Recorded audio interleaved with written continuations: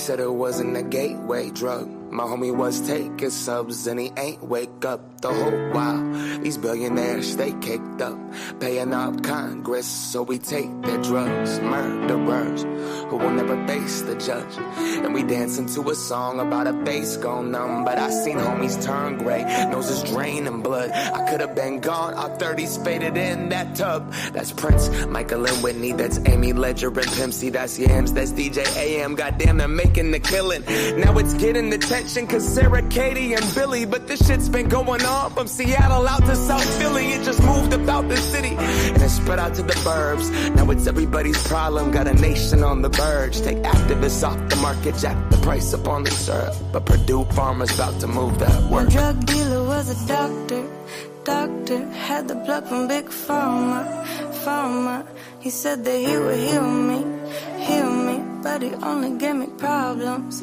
My drug dealer was a doctor, had the plug from Big Pharma. I think he trying to kill me. He tried to kill me for $1. And these devils, they keep on talking to me. They screaming, open the bottle. I wanna be at peace. My hand is gripping that throttle.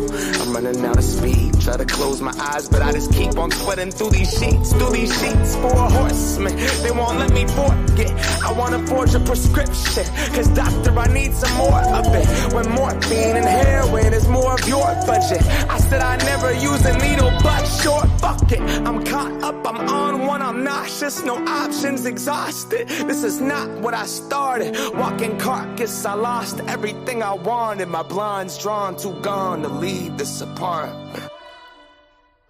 My drug dealer was a doctor, had the plug from Big Pharma. He said that he would heal me, but he only gave me problems. My drug dealer was a doctor, had the plug from Big Pharma. I think he trying to kill me. He tried to kill me for $1.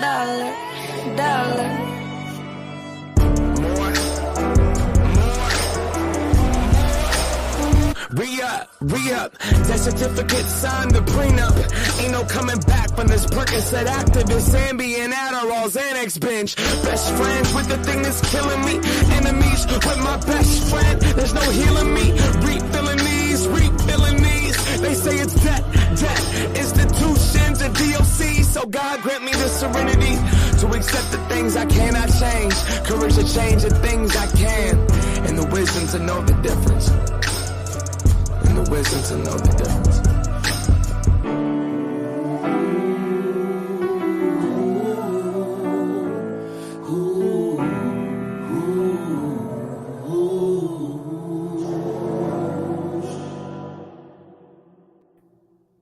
Salute, MobTube. How's everybody doing today? Uh-oh, wait a minute, it's starting over. All right. I hope everybody's doing well. I'm looking forward to this. I only did one addiction and recovery show last week. I do not like doing that. So I'm glad we're getting to another one now. And hopefully I'll do another one on Friday. I hope you guys enjoyed that song. If you don't know that song, look it up. It's by Macklemore. It's called Drug Dealer. And it really does do a good job at explaining the whole opioid crisis and everything and what a person goes through during that addiction. That's why I've been wanting to play that song for a while in the beginning of these addiction and recovery shows, but you never know with YouTube. You know what I mean? All of a sudden you could have a serious problem. I don't want to do that. But I figured, F it. I'll just play it anyway.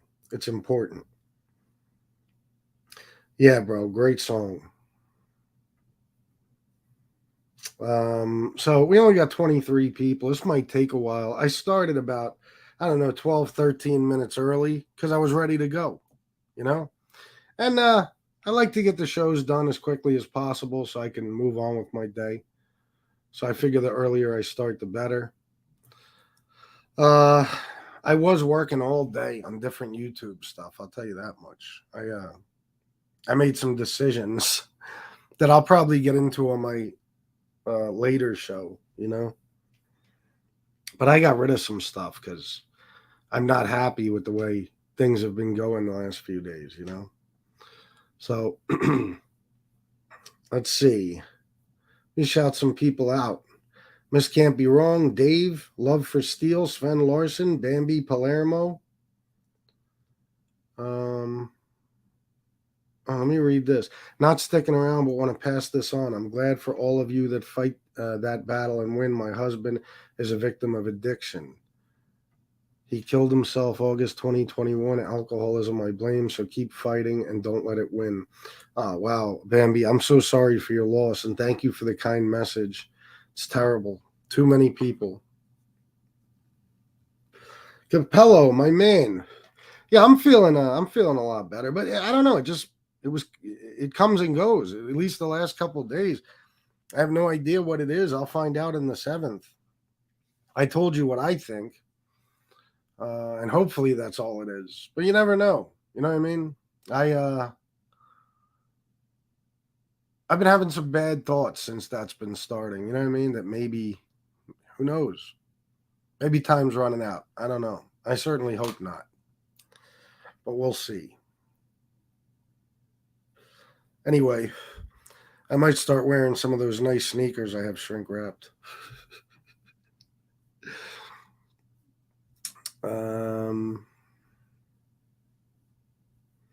Let me see. Oh, okay. Let me start over here. Miss Can't Be Wrong, Dave, Love for Steel, Sven Larson, Bambi Palermo, Redheaded Stepchild, Chris Capello, Mob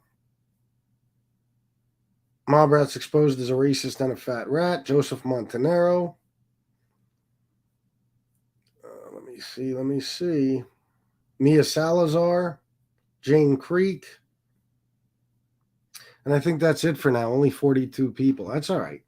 I got some stuff I want to talk about, you know what I mean, right off the top, like some things I was thinking about today. And no, I'm going to try not to. I'm certainly going to try not to. But I don't like involving or what's the word I'm looking for? Like, I don't like when worlds collide, you know what I mean? As far as the addiction and recovery show and the mob tube business. So I'm not going to get in detail and bash anyone today, but I am going to talk about someone specifically for a little while, and they can take this however they want. And like I said, this is not about going after an enemy. This is about I have a good topic to discuss for this addiction and recovery show, and it happens to involve another content creator I don't like. So I'm going to get into that in a minute. You know what I'm saying? Get into that in a minute. What do we got? 41? All right. Very, very slow today. What is it, Wednesday? Yeah. We'll get some, what's up, Joe Root? We'll get some more people in here as we go on. It's been an eventful few days, guys. Really has. So, all right, I'm just going to get started. So, did anybody see the video I posted like maybe an hour ago? I don't even think it was that long ago. Did you guys see it? Put a 1 in the chat if you saw a little short 30-second video. Let's see. If not, I'll tell you what it was all about.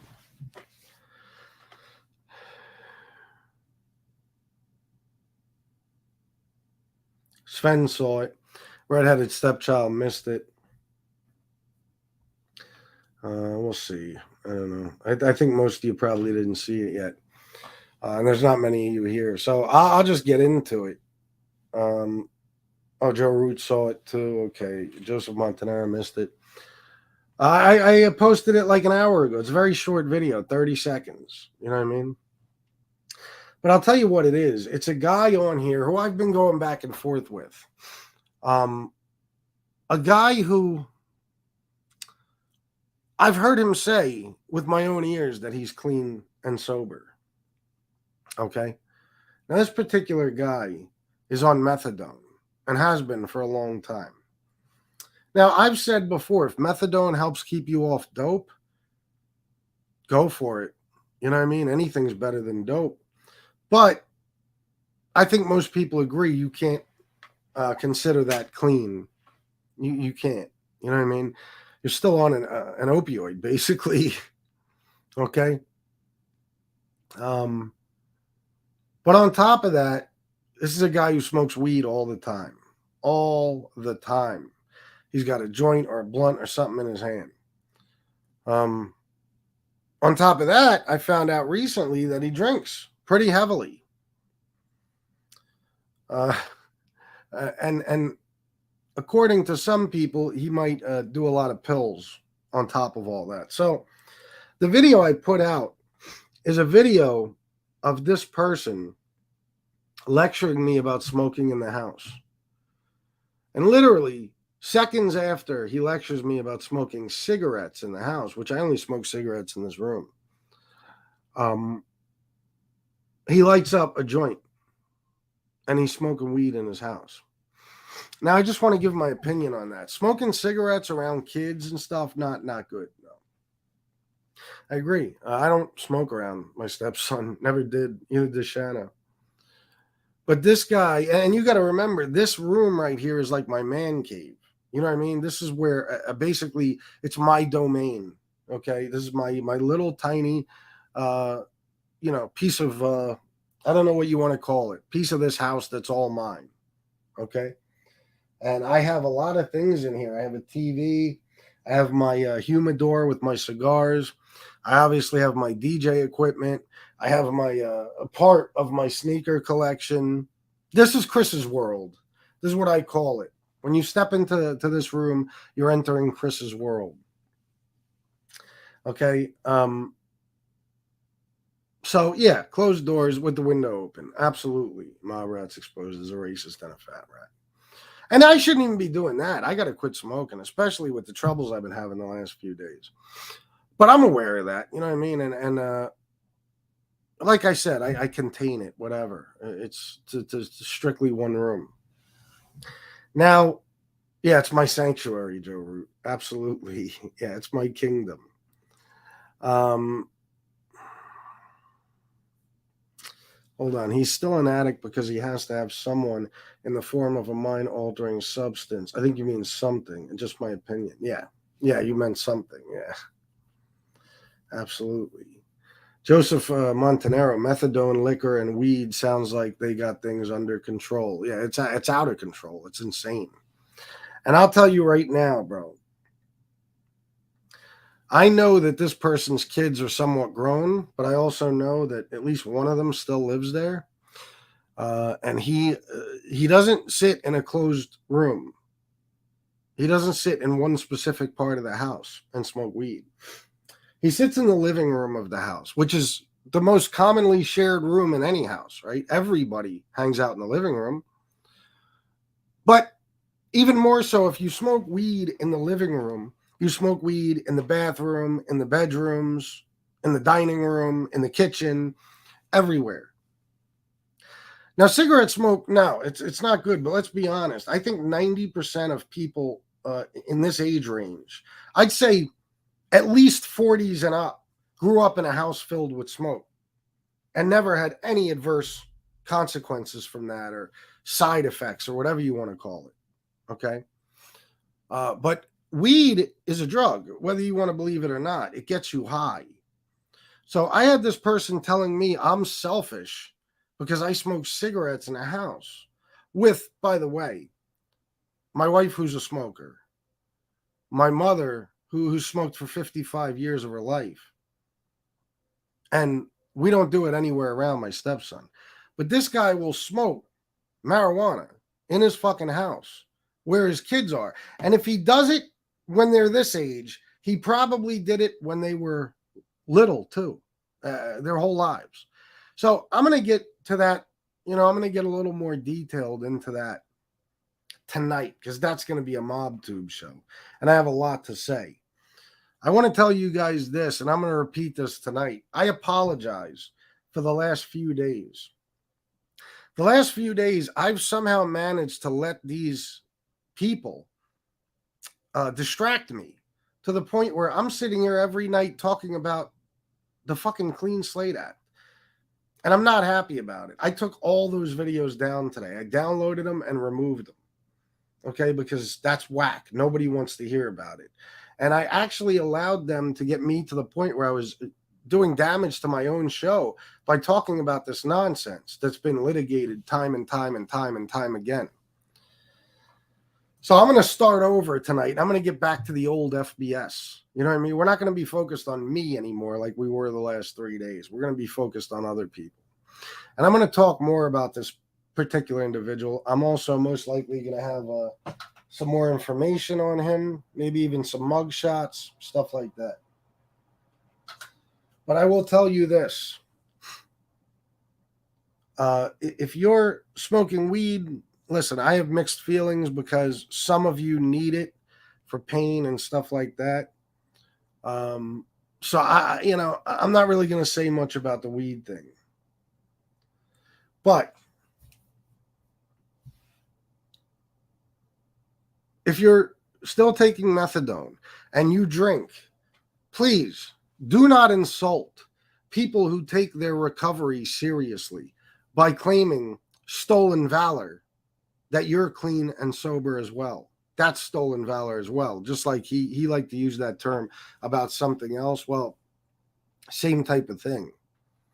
Okay, you're fronting, bro. You're trying to make everybody think you're clean from drugs, but you're smoking weed, you're on methadone, and you're drinking alcohol. So if you are one of these people who does that, and I know many, I knew people that were full-blown heroin addicts, but then they would stop heroin and just shoot cocaine in their arms. And they would tell people they're clean just because they're clean from their drug of choice. Listen, I wish it worked that way. You know what I mean? I wish it worked that way. Like I could say, well, my problem was cocaine and alcohol, so I can't drink or do coke anymore. But maybe I'll do some dope. You know what I mean? Maybe I'll start popping pills, some Molly, some ecstasy, some opiates, whatever. You know what I'm saying? Maybe I'll do that because they were never my drug of choice. So I could do those things and still claim that I'm clean and sober. No, that's not how it works. And this specific individual, Johnny Mack, you know who I'm talking about, obviously. I don't know. I think part of it is that he has no self-awareness or whatever. But he's doing all these things and he's still claiming to be clean and sober. And it's very irritating, okay, to a lot of us. Because a lot of us work hard at our recovery. You know what I'm saying? So my message to anybody is don't be a Johnny, okay? Don't let yourself fool yourself and don't try to fool other people by saying, oh, I only do this, this, and this. You know what I'm saying? I don't like when anybody does it because so many of us do work so hard at our recovery. But with this particular individual, what I'm seeing is the fact that you're still on opioids, bro. You're taking methadone. You know what I'm saying? You're not even off of your drug of choice. You're not even off of it. And you drink alcohol. Okay, and you smoke weed. And most likely pop pills and shit, too. I'm assuming benzos. I heard... yeah, it is. I heard Ativan and stuff. And that's a whole other addiction. That's a whole other addiction. I had my issue with Ativan for years. You know what I mean? And I got off of it. I went to a doctor not that long ago, maybe a year or two ago. And I was having severe anxiety and sleep issues. And he wanted to put me back on Ativan, even though he saw my record, my medical records and my years of addiction and drug abuse. And I said, absolutely not. But we got guys like this who don't take it seriously. You know what I mean? And you're doing all these different things. And then, I'll talk more about this later, but, you got your kids involved selling weed at school and everything else. I'm going to talk all about the McLaughlin crime family later. But anyway, that's just my message to people. Okay, if you really believe in being clean and sober, then don't claim that. Okay, unless you really are. Okay, because you're insulting and disrespecting the people who work hard at their recovery. I won't do anything, guys. Nothing. I won't use CBD for stress or anxiety. No. I won't do any fucking thing. I don't drink. I don't use Listerine with fucking alcohol in it. No mouthwash with alcohol in it. Nothing like that. Okay. I think Bill Catolo once was telling me about these cigarello things, that these Al Capones, that they're like the tips are like rum dipped or something. I wouldn't even do that. Okay, that's how serious I am about it, because my clean time means the world to me. My clean time means the world to me, and fake Rolex and toy race cars. I would hate to ever know that, holy shit, I fucked up and now I have to start over. I have to start over. And all that time that I was clean and sober is gone because of some momentary thing where I just decided, hey, I could do this one time and be okay. I could lie to people and say, yeah, I'm still clean and sober, but I can't lie to myself. I would know that I fucked up. And I'm just too honest. I wouldn't be able to lie to people if I know in my heart that I'm no longer clean and sober. But this individual is also an example of what Tatone said right here. I've known many people like this. I've talked about it before. I knew a guy named Sean. I worked with him at that cookie factory. This dude was the worst heroin addict I had ever come across in my life. Somehow he was able to function, but not clean. I mean, this guy would shoot a bundle before work and a bundle after work. And while we're working, he's scratching himself raw and he's got open cuts. And I'm like, oh my God, he's working with food, for fuck's sake. You know what I mean? And when he finally got off of dope, now this is a guy who hated weed. Okay. He always told me he hated weed. When he got off of dope, he started buying coke. And he was shooting coke. And I said to him one time, bro, coke is the opposite thing. How could you even transition? Like, if you like the feeling of heroin, how could you like the feeling of shooting cocaine? And he said, Chris, it's not the drug, it's the pin I'm addicted to. And he pointed to his arm, meaning he just needs to shoot something. The needle going into his arm gives him relief. Makes him feel better. I'm like, wow. But then he got to the point where he stopped doing the coke too, but he was running around the fucking plant every night in a fucking, a panic, trying to find anything he could. Fucking Xanax, whatever he could, painkillers, any fucking thing. And one night I remember he couldn't get anything, so he winds up buying some weed from somebody else in the plant. And the whole fucking night he's going outside and smoking weed. I said, bro, you hate weed. And his exact words to me were, Chris, I got to be on something. That's Johnny Mac. That's who he is. You know what I mean? You call it what you want. I understand addiction, so I hesitate to say this, but do I see it as weakness? To an extent, yes, I do. And I guess that's just because of my own situation. You know what I'm saying? I've been through hell and back. I'll give myself credit for one thing, and I'm no better than anyone. But I've been through hell and back in my life. And just in the last year and a half, I've been through some crazy shit. I go through it every day. Look at the last 3 days. I got 3 different assholes lying about me, slandering me, making up bullshit, faking government documents, you name it, to try to make me look like something I'm not. And I haven't had to resort to using any type of substance throughout all of that. And like I said, it's not because I'm better than anyone or stronger than anyone. It's because my sobriety means the fucking world to me. And like I said, I just got it easier than some of you guys, and I have guilt about that. A lot of you guys are alone. I think Brian Miller might be alone. I know War is alone. Lefty is alone. You know what I'm saying? And it's hard for me in my situation to judge them because I have a family. You know what I'm saying? I have not just myself to disappoint. That's my point. If you live alone, listen, you could cheat. You could do whatever the fuck you want. Drink here and there.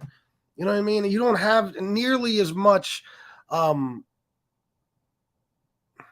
incentive to stay clean and sober because it's only yourself you're disappointing if you relapse. In my situation, my mother depends on me. My wife depends on me. My stepkids and my daughter depend on me. If I fuck up, a lot of people get hurt by it.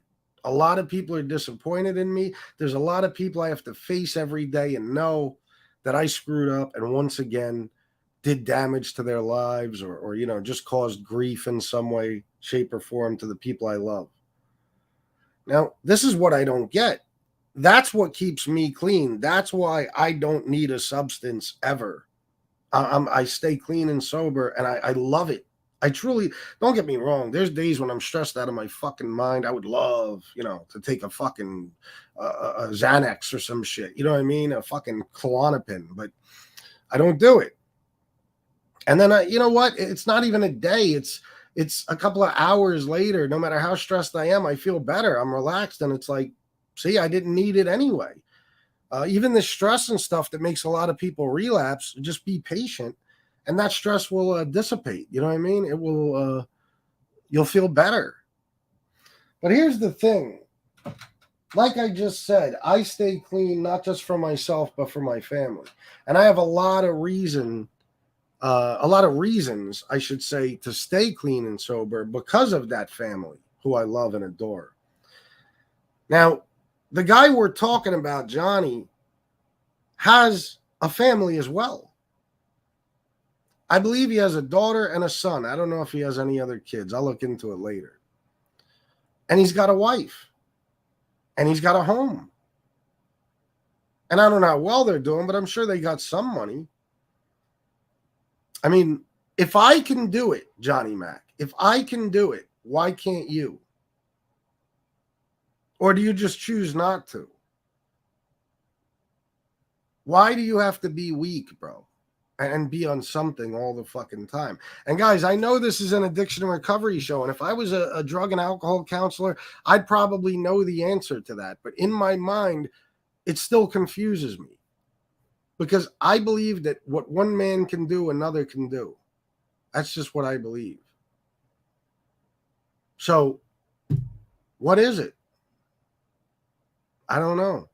What is the need to constantly be on something, even if you don't like the substance you're on? I used to worry or wonder about that with this kid named Sean. I used to be like, bro, you don't even like smoking weed. And he said, I have to be on something. But why? Like me, let me tell you my biggest, my biggest joy that comes out of being clean and sober. Waking up, feeling good. No lie. And remembering what happened the night before. I had years and years of blackouts. Every day was a blackout. There's entire years, guys, that I do not remember. Entire years. I'm not kidding. I'm not saying I don't remember specific things from those years, but everything else, the regular everyday shit and stuff, I don't remember. I had a relationship from 2008 to 2011 with the girl I loved at the time. And not as much as she loved me. It wasn't exactly, her love for me wasn't exactly reciprocated 100%. You know what I mean? But I loved her. You know what I mean? And we did a lot together. I mean, a lot of vacations, a lot of events, you name it. Anyway, about a year after that relationship, actually, it might have been pretty soon after because I lost the job. The job is what sent me into a tailspin. So say right around the time that we broke up, maybe 4 or 5 months later or so, I started using again. And I used straight up until 2019, nonstop. Usually cocaine and alcohol, sometimes just cocaine, never just alcohol. Okay. And I'm going to tell you right now, I barely remember that relationship. Honestly, if I really sit down and think about it, I'd be like, yeah. We used to go to Wildwood 4 or 5 times a summer. We, we went to concerts. We did this, we did that, blah, blah, blah. But for the most part, I don't remember it. Like, I don't even think about that person. And that's odd, if you spent that much time with someone, day in and day out. We even lived together for a long time. Okay. And I'll tell you the truth, it's all a blur to me. And even though I wasn't using that much when I was with her, we would just drink. I was doing no coke, but we would just drink, like not even every weekend, maybe twice a month, something like that, every other weekend. You know what I mean? She was a younger girl. She was 23. She was a college chick. You know what I'm saying? So we would drink from time to time, but I wasn't using drugs or anything. But still, the point is that the following, I guess I'd have to say 7-8 years, I used. And I think because of that, I don't even remember that time period. It's not just the relationship. It's like years before it have been wiped out of my memory. It's very, very strange. Very strange. And, I used to go to sleep. I never went to sleep. I passed out. That's the only way I could sleep. I would drink myself stupid and I would fucking pass out. Or I would take a bunch of benzos and pass out off that. But even then, even if I was taking the benzos, I was also doing coke and alcohol, which is a dangerous combination, alcohol and benzos. But every single day for years, I would wake up. You know that feeling? You have that taste in your mouth from the night before. You know what I mean? That alcohol taste, even though you brushed your fucking teeth, it's like it comes up, you know what I mean, from your insides. You know what I'm saying? That smell in your nose, your eyes all dry, and your fucking, your eyelids basically stuck to your eyes. And then when you do open your eyes, it's just fucking spots and fucking blurriness and just that feeling in your fucking head like you just want to die. And you're so goddamn depressed about the fact that you don't remember what happened the night before. And you feel so terrible physically and mentally, you just can't wait to get started again. You know what I mean? Take another drink, do another line, do both. And that's the only thing that'll make you feel better, at least for that day. And if you don't drink that day, let's just say you're not physically addicted to alcohol and you say, okay, I'm done. I'm not drinking or doing coke no more. After a real bad run, you'll spend the next 3 days, no matter how clean you are, you didn't do anything. You will be in a depression. Hold on. Okay, bro, good. You'll be in a depression that'll make you wish you were dead. There's a song called Cocaine Blues. It's the most miserable fucking thing. That feeling, anybody who's been there knows. Even if you were a recreational user, you have a heavy night of cocaine and alcohol use where you just get fucking wasted.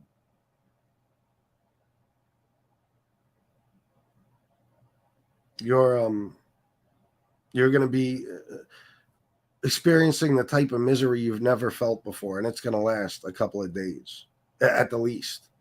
You're going to be suicidal. That's how bad it is. You're going to hate yourself for what you did. Deadly, listen, all I can say is this. I don't believe you're not still with Chicago Muscle. I believe he's having you do this so that you can continue to help him or so that he can do stuff behind the scenes and make it look like everything's cool between you and us. I don't know. I just feel like it's a trolling thing. So I guess at least you took the videos down. That's a good thing. So that's it. Like I love so much the fact that I don't feel that way ever anymore. You know what I mean? That's why, I'll give you an example. I have this thing, I tell Shanna all the time, like, I'll stay up late as a motherfucker. And I try not to do that anymore. I know this sounds crazy, but I try to be in bed at least by 3. And that's early for me, considering that a lot of the times I do a show until midnight or 1. You know what I mean? After that, I eat a little something, time flies. I can't just lay down and fall asleep. I don't know how people do that. I got to lay in bed for a good hour or 2 and just fuck around on my phone and decompress. But I hate being up. I've told Shanna before, like, I can't be up when the sun comes up. Now, it's one thing if I'm working third shift and I'm getting off work. That's different. You were at work all night. But sitting at home or something, if I'm awake and the sun is coming up, it starts to get light out. It puts me in a place that's so dark, you know what I'm saying, and so miserable, because I get that feeling that I'm back where I was. Because, you know, when you're a heavy cocaine user, that's how it happens a lot. You know what I mean? You get on a run, like, especially if you're not, I'll tell you the truth, it's even worse if you're not a full-blown cocaine addict. When you're a full-blown cocaine addict, cocaine does not affect you the way it did in the beginning. You still have an appetite. You could sleep. I used to do lines of fire coke, and then go to sleep. I do lines of that same fire and then eat a big meal. Once I was really heavily addicted. But in the beginning, man, you do some coke at midnight, and you'll be lucky if you're asleep by the next day at 5 o'clock, p.m. You know what I'm saying? And it's that feeling of, like, I remember one time me and a girlfriend went to a friend's party, and we spent a night or 2 there, something like that. And then I had gone home and I still had some coke left. And I'm going to tell you right now, this was maybe 97, I'll say. Maybe even 96. Probably the best cocaine I've ever had in my fucking life. And I was up for days, and I started to experience that cocaine psychosis. I told you the story before. I was paranoid. I thought people were invading my house, and I had all my guns out, and I called friends over. And yeah, that feeling of being wide awake in the morning with your jaw going, and you're just trying to figure out, holy fuck, man, do I have enough alcohol to settle me down so I could get some sleep? How long am I going to be doing this? What if I run out? And then you go into a panic because you might run out. There's certain things I can't do. I told you guys, there's certain things I don't watch anymore as much as I love them. I don't watch The Sopranos anymore. I can't. I know that sounds silly, but just like a song sometimes brings you back to a certain time and place, that series does too, because I experienced a lot of bad shit during that. I guess that's why. It's not the show, it's the time period. But when I watch the show, it brings me back to that time period, and there's too many horrible things during that time period that I never want to remember. Never. So I don't want any reminders. You know what I'm saying? Well, Brian Miller, that's awesome, bro. I feel the same way. I can't believe it. I can't believe it. Birds chirping as I'm trying to sleep, all geeked up. I hate that shit. It's a nightmare, bro. So it makes me want to cry thinking about it. Honestly, that's how much I hated it. Never understood it, why the feeling of staying awake to the point of psychosis makes a person feel good. Well, that's the thing, JT. For me, it didn't feel good. It was just like I had no other choice. You know, cocaine was pretty new to me. And when you, listen, when you're new to cocaine use, you might as well be smoking crack, because once you get started, at least in my experience and most of my friends, you cannot stop until you run out and you have no choice, or you drink yourself to sleep. You know what I mean? So the cocaine psychosis thing comes out of nowhere. You're not expecting it. All of a sudden you're seeing shit. You know what I mean? It happened to me a couple of times, but only that first time was extremely horrible and could have wound up causing somebody's death. Another time I had it was because of Xanax and cocaine. I didn't have alcohol, so I took a bunch of Xanax just so I can keep my heart calm enough to do a bunch of coke. And I remember I walked outside my house on Poplar Street in West York, and I saw like I had like my stoop, my porch, and then like the basement windows. You know what I mean? And I walked out, I glance over at the basement windows and I see a guy right where I have all my stuff stored. There's like a little room in the basement where I kept all my, like it was like a storage space. And that's where those windows were. And I see a guy who appears to be a cop in uniform going through everything. So I'm like, oh my God. I called my landlord. I said, Dave, did you send somebody here to do something, do some work in the basement or something? He's like, no, why? Somebody's in the basement, bro. Now, my basement only had an outside entrance, not an inside entrance. You had to go through the breezeway.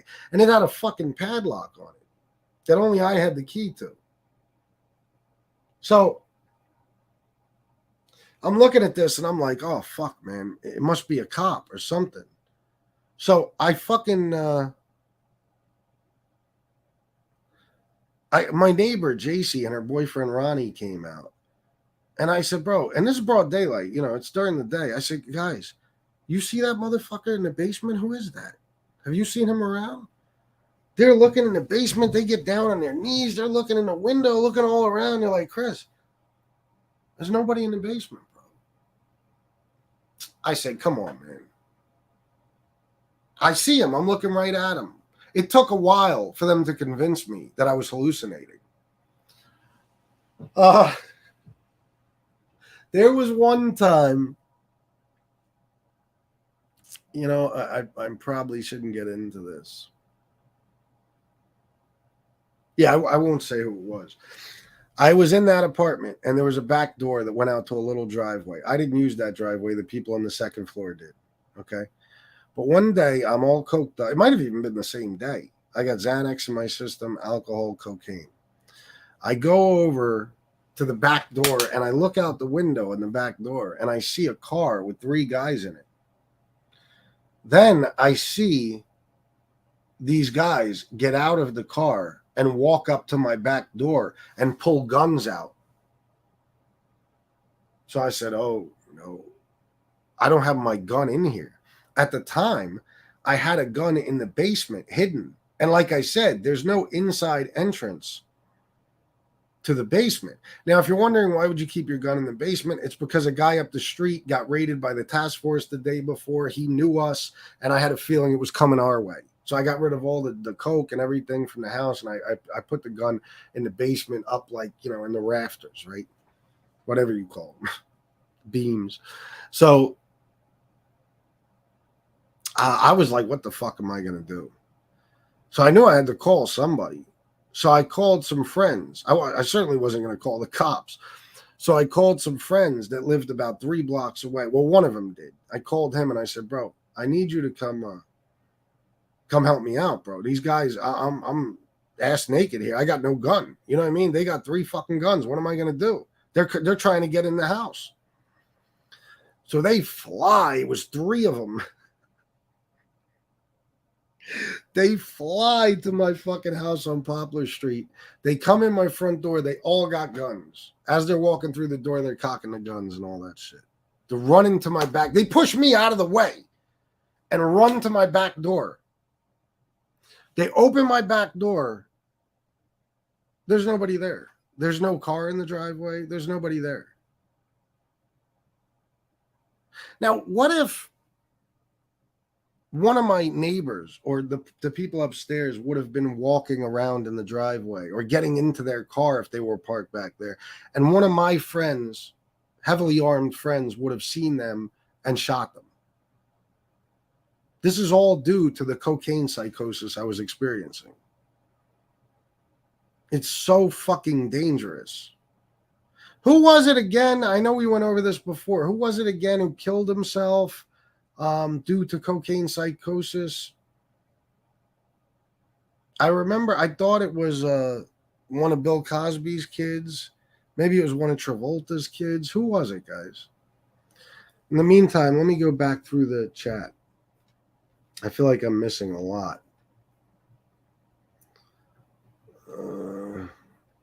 This is absolutely the saddest thing to say on a live stream. I drink beer on the subway in NYC just so I'm not drinking alone. Holy shit, bro. That is sad, man. I wish you all the best, bro. I don't remember much for 20 years of my life. I lived in a blackout state. Me too, bro. Sven Larson, too bad. That took me a blood clot to realize it. Continue this way and you will die, Sven. That's when I went cold turkey and never looked back, not even after coming home from the hospital. It's a good thing you did, bro. We're glad to have you here, and congratulations on getting clean and sober. Yeah, war, I know. It's almost a blessing to have some of the memory loss I have. My fiance said he doesn't even remember his wedding to his ex-wife. Jesus Christ.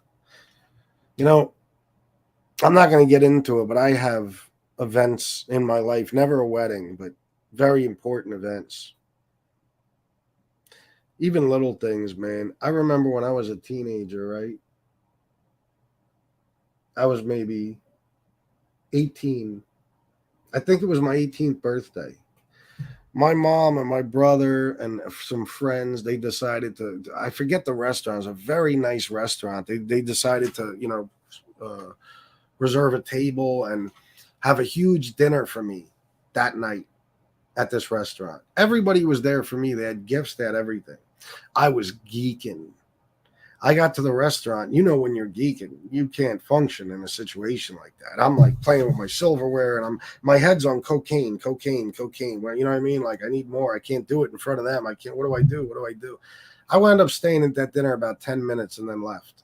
Until this day, I cannot forgive myself that I did that to all those people that came together for my birthday, especially my mom. You know what I mean? I can't. I don't even like thinking about it.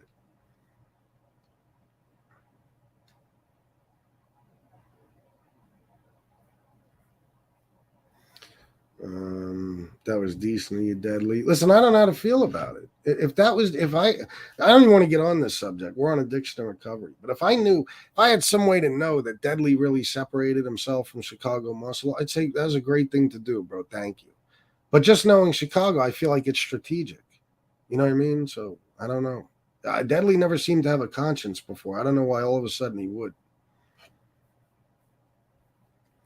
I usually woke up in the morning and would start drinking and doing drugs. Yeah, me too.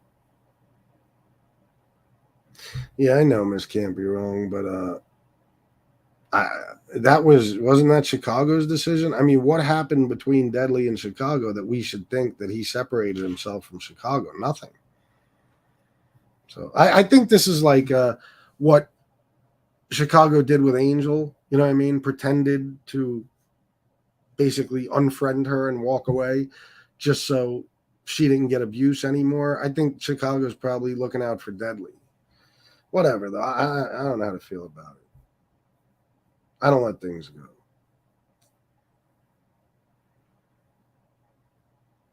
Drugs trick your body into producing dopamine. After a while, your body stops producing it naturally without a narcotic. Then when you get off, it takes some time for your body to start producing it. Yeah, of course. Especially dope. Never understood it. Why the feeling of staying awake. Oh, I read that one. 13 years clean and sober tomorrow. Bro, congratulations to you. Shout out to Brian Miller. That's awesome, bro. This day Phil, but he ran like a baby when it got tough. Him and Mike both.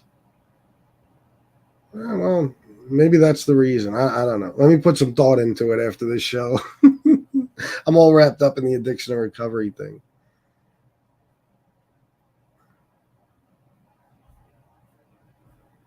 Let me see something. You know what? I don't care about the fucking Deadly thing right now. Let me move on.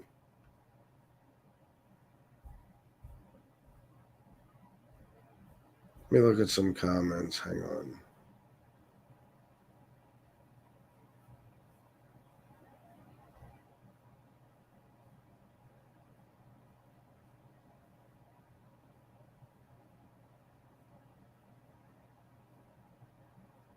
Yeah, this is a recovery show.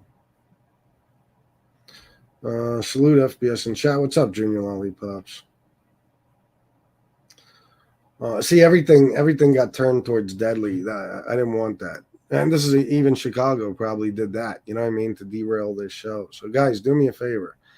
Ignore him and let's just focus on this shit. We'll deal with them later on tonight's show. Brooklyn, my fiance went through cocaine hallucinations years ago before I knew him. Both he and his family have told me the stories of how bad it was. Yeah, Brooke, let me tell you, it's so real. It's so fucking real that I could see a person like opening fire. You know what I mean? Just because I almost did in my own house. Because there was people coming from every entrance. They were running up the stairs. They were outside my bedroom door. I'm sitting in the corner sweating with all my guns. You know what I mean? What if I would have just started shooting the house up? I might have hit my fucking mom. Who knows? You know what I'm saying? It's so fucking scary and it's so real. It's like it's happening. It's like it's really happening. And in your mind, it definitely is really happening. Yeah, no shit, Robert. You're back Brooklyn. You can't, bro. Bob Entertainment Group. When I was on probation last time, my drugs of choice were cigarettes and coffee. Yeah. Montage Media. Sup FBS. It's Sonny M. Just here to wish you a good show, man. Have a good night. Oh, thank you, bro. Have a good night to you as well, my friend. Or just have a good night as well, my friend. I don't know what I just said. Yeah, it most certainly is back. I'll never let my guard down. Never. People that shoot up get addicted to the pain of the needle as much as their drug of choice. Apparently, I've never done it, so I don't understand. I've never done it. So I can't even really talk about it. I don't know what it feels like. I hope I never have to find out. Don't get me wrong. I've had so many IVs in my fucking arms. I've had veins collapse and everything. I had 9 IVs at once. 9. You know what I'm saying? But I guess I don't understand the rush of it going into your bloodstream. And, I guess the pin. See, every addiction revolves a lot around ritual. You know what I mean? It's the ritual you get addicted to. I've been there for a long, long time. You know what I mean? And for me, it was when I would re-up, I'd get a couple of ounces of some fire. I could just tell it was fire. You know what I mean? By looking at it, smelling it, tasting it, whatever. I would love getting home, taking a good bit out, chopping it up on my dresser, on a CD case or whatever, and doing a couple of lines and just laying there and seeing how good is this shit? How much can I cut it? You know what I mean? How much am I going to make off this shit? And just the high of it, just doing it. How much can I take for myself? Oh, I got 2 ounces. I could add fucking a half an ounce in cut. You know what I mean? All that shit. It was the drug dealing part and the drug using part. But just trying it because it was new shit. I've been doing the same coke for 3 fucking weeks or months even. Oh my God. Now I understand with a heroin addict, that's different. It's going home. It's taking out your works, whatever, your spoon, your tie off, your tourniquet, whatever, your fucking needle, filling it, all that shit. And then, of course, shooting it. It's all ritual. So I guess I understand to some extent what you're saying, War. Realizing you have a problem is your best chance. I realized. Congrats to all who are clean and sober and going to be clean in the future. Thanks, St. Philip 80. Thank you. Everybody, please hit the like button. I was in the corner sweating fucking bullets, bro. And I had all my guns out, bullets every fucking where. You know what I mean? It's fucking mess. It's the chase for the substance, at which point the dopamine begins to be released. Oh, yeah. Just copping it. Absolutely. Yeah. You feel euphoric. Like when I would know I was going to re-up, I'd feel euphoric. You know what I mean? But for me, it wasn't just the use. I was doing cocaine all the time. For me, it was the money, because I'm telling you guys, selling drugs can be as addictive, if not more addictive, than doing them.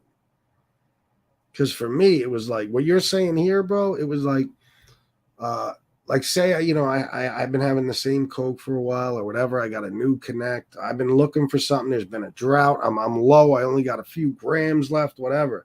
And I get a call, yo, I got it. I just came back from Philly, whatever. Oh, for real? You got 2?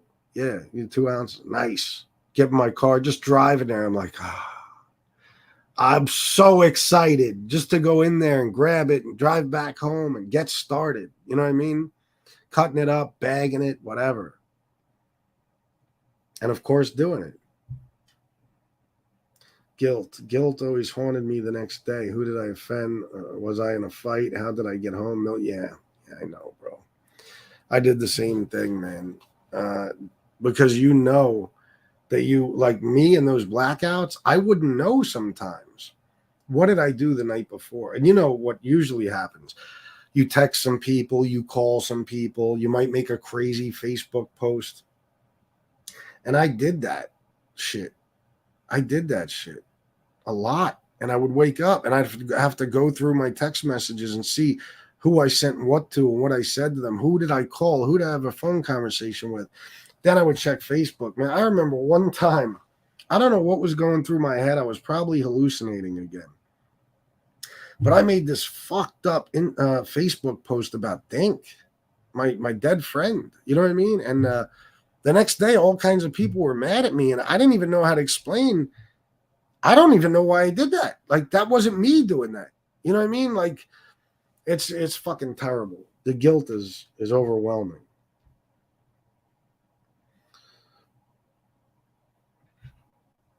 Yes, Della's my name. Yeah, for most people and for me, yes. Yeah, without a doubt.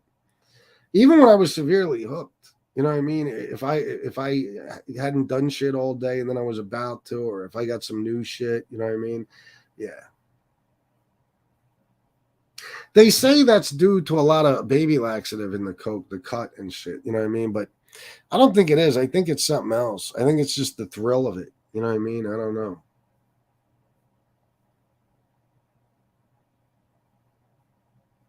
Wow, I hate needles. I was never able to get a tattoo. I can't imagine being addicted to doing that myself. I got mad tattoos. And I don't mind, like I got to get blood work in a few days. It's nothing to me. Like, I'll stop while I'm on my way somewhere else and just get blood work. I've had so much blood taken from me. I don't even mind. And for me, it's a bitch, man, because I got a somewhat weak heart. So getting a vein is a motherfucker for them. It takes them 10 minutes just to find one. But then once they do, it's like, whatever. I don't mind it, but I don't get any fucking excitement or thrill out of it.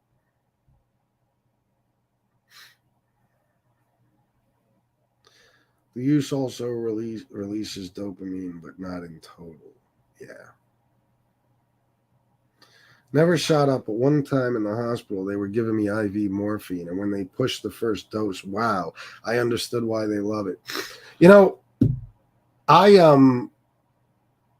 for me, when I got my PVC ablation, which is where they run things through your crotch into your fucking heart, a camera and wires and all kinds of crazy shit, they had to keep me awake. So they put me on fentanyl. By the way, I hate when people say fentanyl. Fentanyl. It's fentanyl. Fucking dummy. Look at how it's spelled. So what was I saying? Oh yeah. The woman told me she's going to be putting me on fentanyl. I'm like, what? You do know, what was it at the time? I think I told her about my medications. I said, you know about all them, right? Is fentanyl okay with them? She was like, yeah, of course. You know, it's what she does. You know what I mean? Anesthesiologists are brilliant. I mean, they know, they go by your weight, your height, your every fucking thing. And then they give you exactly enough, at least with anesthesia, exactly enough to wake you up. Right after the procedure's done, you wake up like they knew. It's fucking crazy. They're brilliant. But she was like, of course, you know, I know what I'm doing. Don't worry. I said, all right, but I was shook about the fentanyl. And man, she gave me an IV. And every time the pain got really bad, she told me, anytime the pain is overwhelming, just look over at me. in the operating room. You know what I mean? I'll be right next to you, about 10 feet away from you, and I'll give you more. I said, all right. And when the pain got real severe, it was only a couple of times. I looked at her. I can't remember her name now, but I called out her name. And next thing I know, it was like, I mean, instant. It's fucking unreal. So I know what you're saying, bro. Tony Ducks, I know what you're saying, bro. It's crazy, man. Like, and not only that, but the fact that I made it through a severely intrusive and painful fucking surgery where they were actually burning tissue in my heart with a fucking laser. You know what I'm saying? Like, unbelievably painful, invasive fucking, invasive is the word, not intrusive, invasive surgery. I made it through it with, put it this way, I know I had pain because I asked her to give me more of the fentanyl from time to time, but I don't remember any of it, so it doesn't even matter. I only remember the times when I was awake enough to actually ask her for more medicine, and I remember the beginning. I remember one time I came out of it a little bit, and I heard my heart surgeon say, burn. And I felt my chest light up like it was on fire. And I looked at her and I said, whatever her name was, I was like, you know what I mean? And she next thing you know, drifted away. And then I'll tell you the truth, for the rest of the day, even after I was more awake and stuff, you could, you know what I mean? It's like you're floating on fucking air. I don't know. No one is untouchable from addiction. Congrats to all that have, all that even have one day sobriety, that have even, I fucked it all up. No one is untouchable from addiction. Congrats to all that have even one day in sobriety. I swear to God, I think I'm dyslexic sometimes. Yes, that's very nice of you to say. It's very true too. No one is immune to becoming addicted to anything. You know what I mean? It's just sometimes it's circumstances, sometimes it's in your genes, genetics. You know what I mean? But yes, congrats to everyone, even if you only have one day. As a matter of fact, they say the first day is the hardest. This can't be wrong, Tony Ducks. That's what I was saying. I had more people. Oh, okay.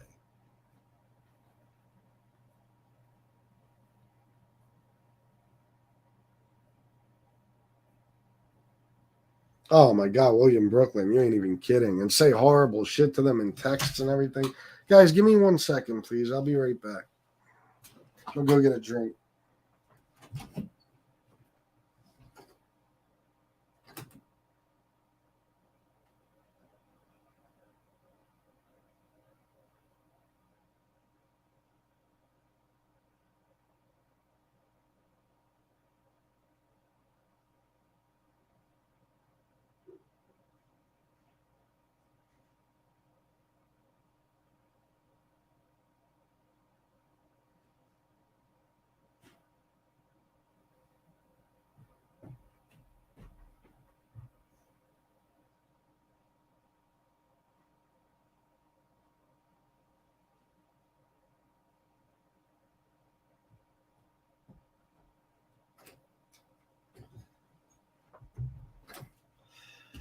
Let me tell you something else that's great about being clean and sober. Tony Ducks, you're going to like this. Today, obviously, I woke up clean and sober. I went to my front door, and what was there? Ooh, what? What? Oh, look, the Panda Air Force Ones. Who even knew? I know you're entranced. You're like, what the fuck? How do they make a sneaker that dope? I don't know, but they did it. Look at the beauty.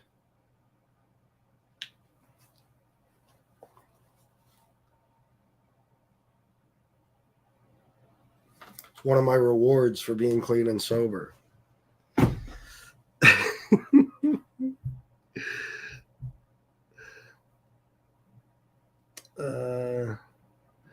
Thank you, everyone.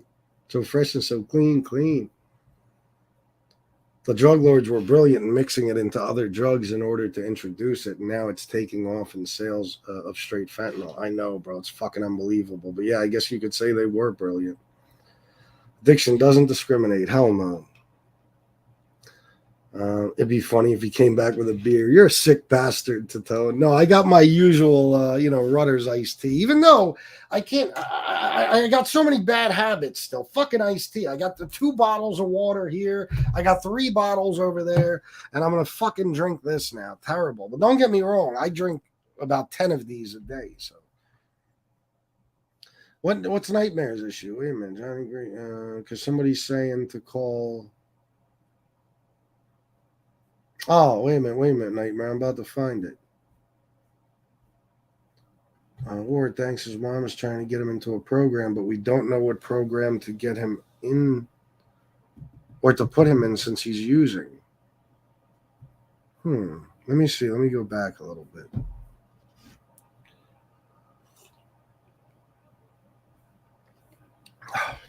That's deliciousness.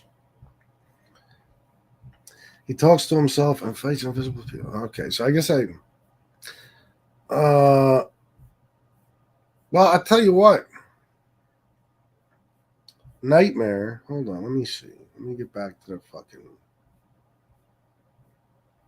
You don't know what program to get him into because he's using, you said.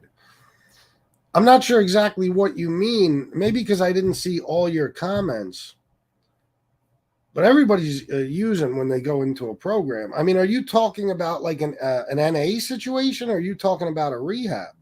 Sorry, I didn't see all your comments. So if you can, yeah, I know, Eric. I know. It's my other fucking vice. I swear to Christ, I love this shit. My daughter's mom introduced me to Rutter's iced tea, and it's so fucking good. Tony Ducks, I know. I know, Tony Ducks. I'm sick, bro. Do you know how many pairs I still haven't done Sneaker of the Week with? I mean, I'm fucking flooded over here. I got 2 pairs of Jordan 1s last week, I think. I got these Uptowns. I got it's getting out of control, guys. Sometimes Shannon will come downstairs and I'll just say, Shannon, I did something bad. She'll say, you bought another pair of sneakers, didn't you? I'll say, of course I did. Of course I did. That's what I do.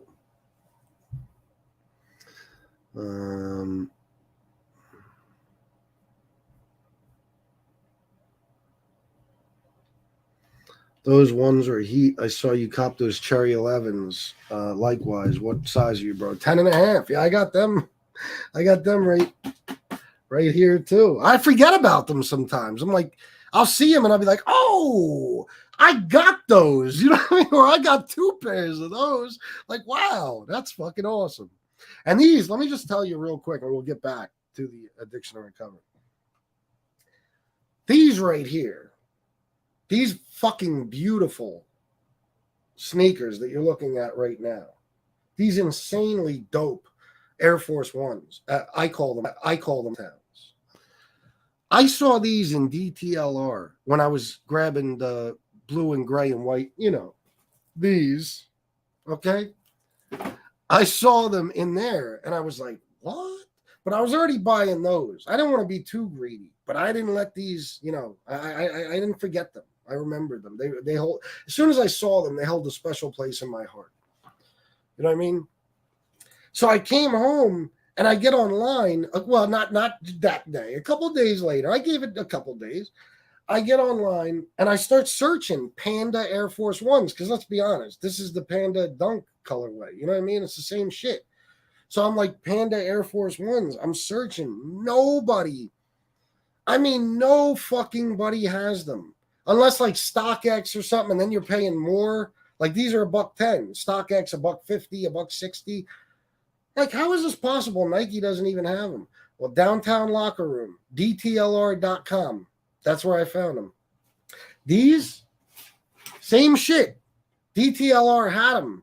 You could not find them online. They had them. I bought them the first pair for my stepson in mid-December, right? A few days ago, I look at Nike. It says this just in, and they have those. Nike. Okay, so somehow, I'm just giving you guys a little bit I'm dropping a little gem on you, okay? DTLR.com. They have shit before anyone else does.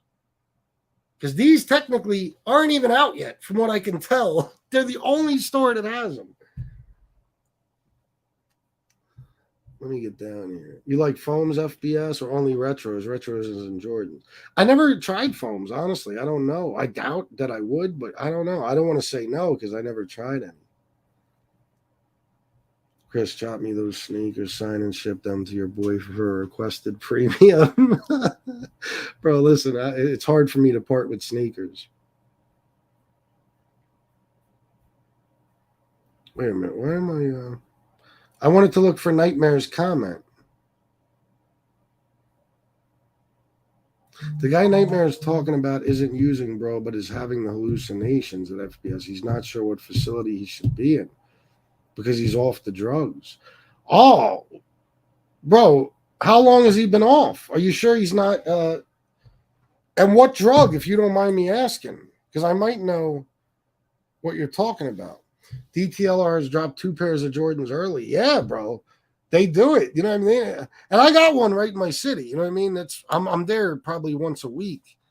And then there's one in the Park City Mall too I go to. You know what I mean? But yeah, they drop shit early. So I'm going to keep that in mind always.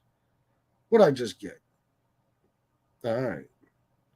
I just got $20, but it says no shout out. Thank you very, very. Oh, man. Hold on, guys. Bear with me. And then I want to get back to this Nightmare thing because this is important.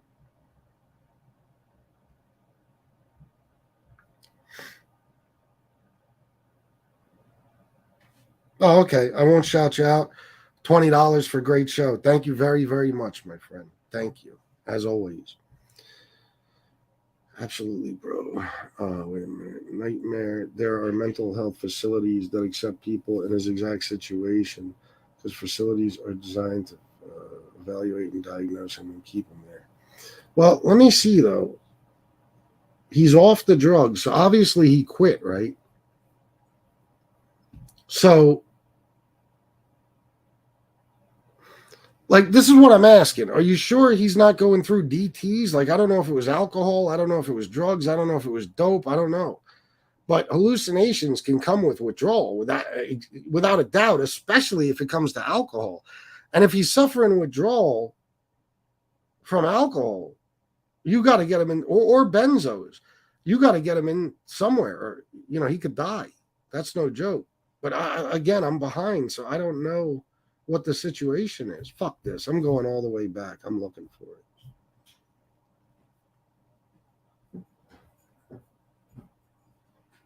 Who's that? Who's out there? Oh, it's you? All right. Okay. Question. What do you do after you get sober and you still have mental problems from smoking yourself stupid? My bro-in-law still talks to himself, and he's been sober for a few months already. Oh, shit. Again, I'd have to know what he was using. Was he smoking wet? You know what I mean? Was he smoking fucking angel dust? Because if that's the case, and I don't know that it is, but that shit can, well, I wish I knew what the drug is. This is so complicated. He talks to himself and fights invisible people in the backyard. His parents are in their 60s and should have to deal with him. I think he meant shouldn't have to deal with him. Can't stand him when he does it in front of my kids.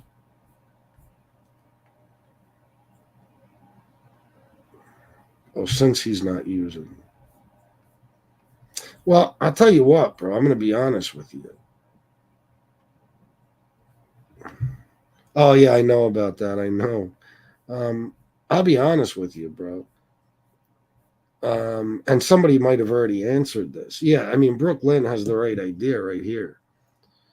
You could call, yeah, I mean, you can, if he's having mental issues, that's hallucinating and all that crazy shit months after he stopped using, then he might have permanent serious brain damage or psychosis of some sort. There's no doubt about it. I told you, listen, again, I don't know what drug it is this person was doing, but my neighbor, JC, this bitch went to Philly for about a year. The whole time she was in Philly, she was using PCP. She came back to York, and it was the saddest thing you ever saw. She had entirely lost her mind. She wasn't using it anymore, but she wound up being diagnosed as schizophrenic. It happens. Shanna works with a lot of people in drug rehabs who wind up being diagnosed schizophrenic after long-term PCP use, sometimes even short-term. But it can cause all kinds of other mental problems too. And hallucinations and shit, without a doubt. You almost get stuck, like as if you're still using it. So unfortunately, bro, he might have to be institutionalized. He might have to be committed. That might be the only thing. They might have to get him on some schizophrenic, drugs for schizophrenia, some antipsychotics, something.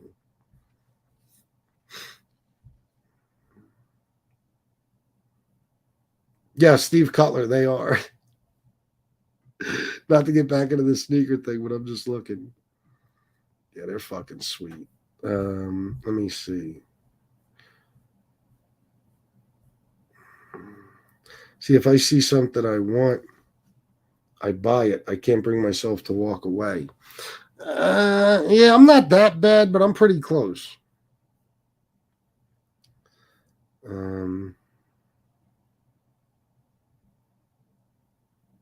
Which ones, Tony Ducks?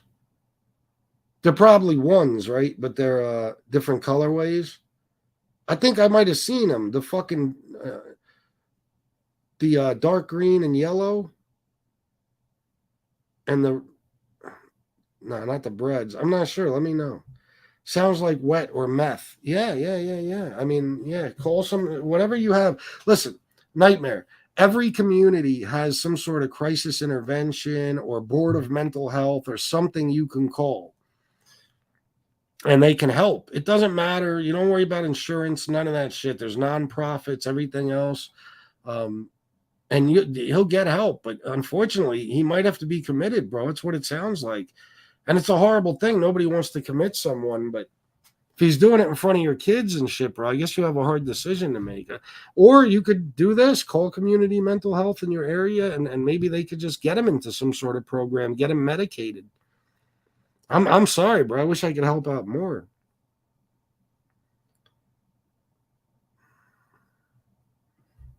Oh, no doubt, Robert Urich. That's my favorite fucking site. Aqua 5. Get the fuck out of here, bro. I got the Aqua 5s. I'm going right now. I'm buying them. You're fucking with me, bro. They're not supposed to be out until the 4th. The 4th. I'm buying. I swear to God, I'll buy them right in front of you. I ain't scared.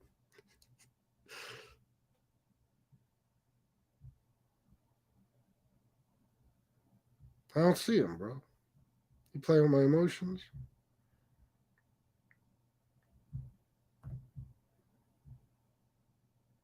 Oh, the Lucky Green 2s. Yeah, they're... I never understand Jordan 2s. Give me a second, guys. This is a pressing issue here. There's new sneakers that I must buy. Tony Ducks, you fucking with me, bro? I don't see them. All right, I don't want to waste the... that was my first hustle when I was 12, the sneaker game. Aqua 5s, 99% sure those were like the grapes, right? I don't know. I'm not sure what you mean. I'm not that steeped in Jordan knowledge. All right, guys. Well, listen, we've completely slid off track. We're talking about sneakers now. Let me just shout somebody out. I think I'm going to shut this one down. We're an hour and 19 minutes in. Let me just shout out my man, Danny Santos, who said, let Jen and I know what you'd like for an autographed item from you. We can ship you the money ahead of time. Here's a little something for today's show, $9.55. Oh, thank you, bro. Are you kidding me? If you want something autographed, I'll find something and send it to you, bro. I promise. Send me your address and shit. Bro, I'll send you something dope, too. You ain't got to pay me shit. Are you kidding me, bro? You support me all the time with donations. You're obviously... a loyal subscriber. Jen seems like a sweetheart too. Bro, all you ever got to do is just let me know you want something. I'm just not used to people wanting anything like that from me, but Bro, I got you. Email me after the show. But that's it, guys. This always tends to happen towards the end of the show. We get off the addiction and recovery topic. We start talking about other things. But I hope you guys took something from this. You know what I mean? I'm not sure what, but I hope all that talking I did at least gave you some comfort in some way. Paulie Walnuts, if that's what you want. That's what you want, bro. Just let me know. I forgot where I was at, but remember, guys, before I go,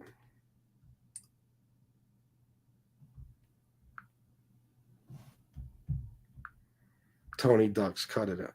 Oh, those! I thought, okay, well, damn, but they're released. They're not supposed to be, I think, till the 11th. Yeah, I'm getting them. Thank you, Tony Ducks. Thank you. So that's it, guys. I'm out of here. Oh, good. It helped you, or that's good. Listen, write all this stuff down. Kimberly Berlin is still available if you'd like to reach out to her. She can help you in many, many different ways, I'm sure. She has all the knowledge and resources to do so. This is the National Addiction Hotline. Write that down. Suicide and Crisis Lifeline. Easy to remember, 988, but write it down if you need to. And remember these words. Please stay strong and continue on your road to recovery. Think about that, guys. Just remember. Every single thing you have in life now, if you're clean and sober, is most likely due to your sobriety, and you only have it for that one reason. You know what I'm saying? And if you're not clean and sober, do everything you can to get yourself into a facility. Paulie Walnuts, but I would do it for you, bro. You've probably donated about $3,000 to this show, so you're the man, bro. Yeah, do the best to get yourself into a facility. A Nightmare 1503, bro. I'll ask Shanna more about the situation, and maybe she can help me with some info, and I'll help you out. You know what I mean? I'll send it to you. But it seems like a sad situation. So I wish you the best. Please keep us posted.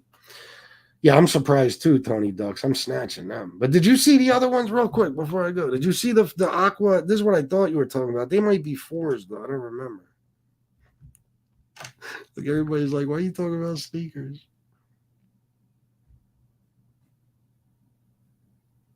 Yeah, them shits right there, bro. They come out on the 4th, but DTLR has them, see?